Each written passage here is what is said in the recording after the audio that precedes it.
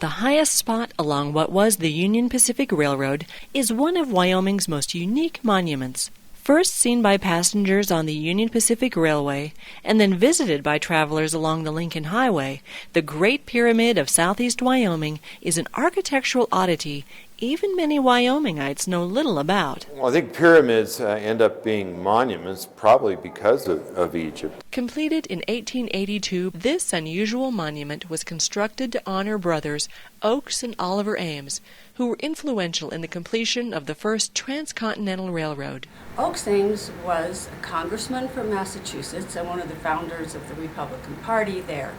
He was asked personally by Lincoln to see that the Union Pacific Railroad got through. This 60-foot wide, 60-foot high truncated pyramid was designed by Henry Hobson Richardson, who also designed Trinity Church in Boston. Quarried of local granite, the monument features reliefs carved by sculptor Augustus St. Gaudens, depicting both Ames brothers. And like the pyramids of Egypt and Central America, Ames Monument also contains passageways and hollow spaces. The pyramid is hollow to save labor and materials. In October of 2010, under the direction of the state of Wyoming, skilled masons opened up one of the narrow passageways into the structure and allowed architects to map out its interior.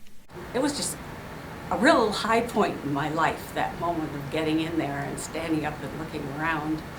To walk around in it, there's like a 6-foot passage that goes around the interior of the pyramid around a central mass. And the stones that are in there kind of hang out and jut out, and they're very crude, and there's no floor to speak of. It goes up and down, and at the corners on the interior are some columns that you can go through, and in one corner there is carved out sort of a bigger room-like, and so there may have been gatherings in there of the workers. There are some recesses in the space. Since the 2010 mapping, the entrance to the monument has been resealed and entry is forbidden.